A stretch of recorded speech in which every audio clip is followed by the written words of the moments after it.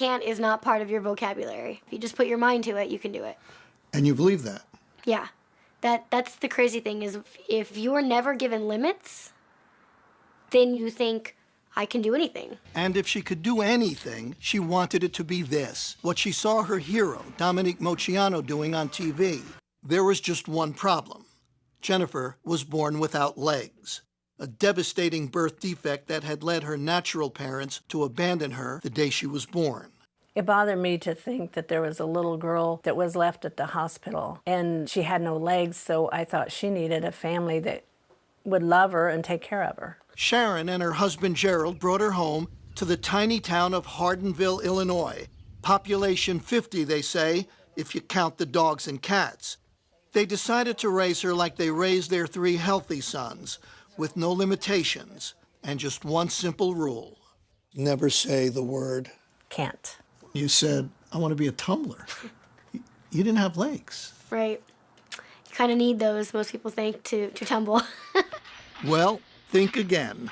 The girl who wasn't allowed to say can't was on her way to becoming a genuine gymnastics champion. She started at 7 on the trampoline with her dad. And after a few falls, she got the hang of it.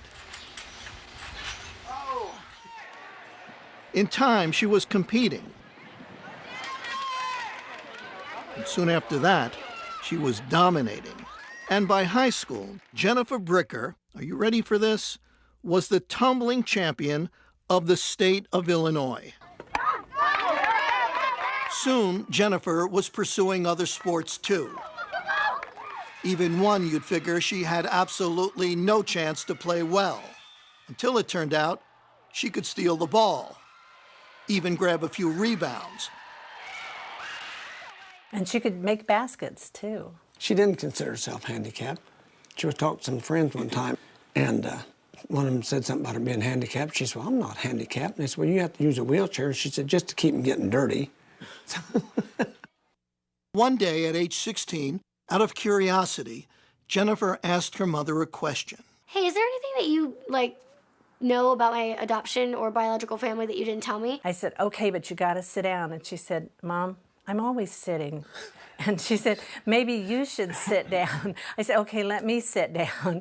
And she said, well, what's the big deal? Just tell me what my last name is. And I said, well, that's the big deal. And she said, what do you mean? And I said, your last name would have been Moceanu. I knew what that meant. I knew that Dominique Moceanu was my biological sister.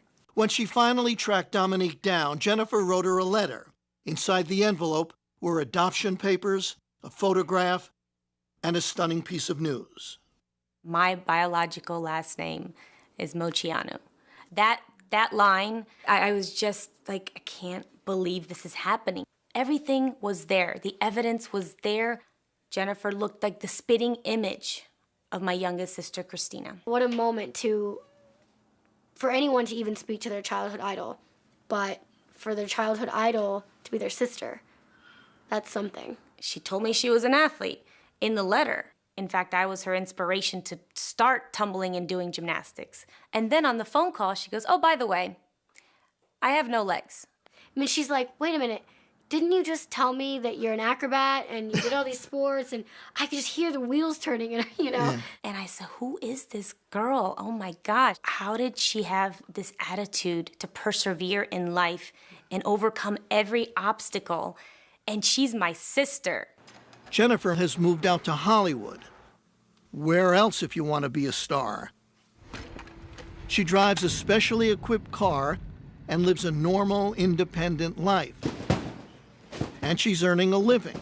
How else? As a gymnast. She's an acrobat who has toured with Britney Spears. And now she's training for a classical performance at New York's Lincoln Center. We got to go to Ohio and got to watch her perform. The audience just went crazy. They stood up and they were whistling and screaming and clapping and all this, and I was blubbering. I was sobbing because it was so beautiful, and it's like, oh my goodness, that's my baby. The baby who was taught early on never to say the word can't.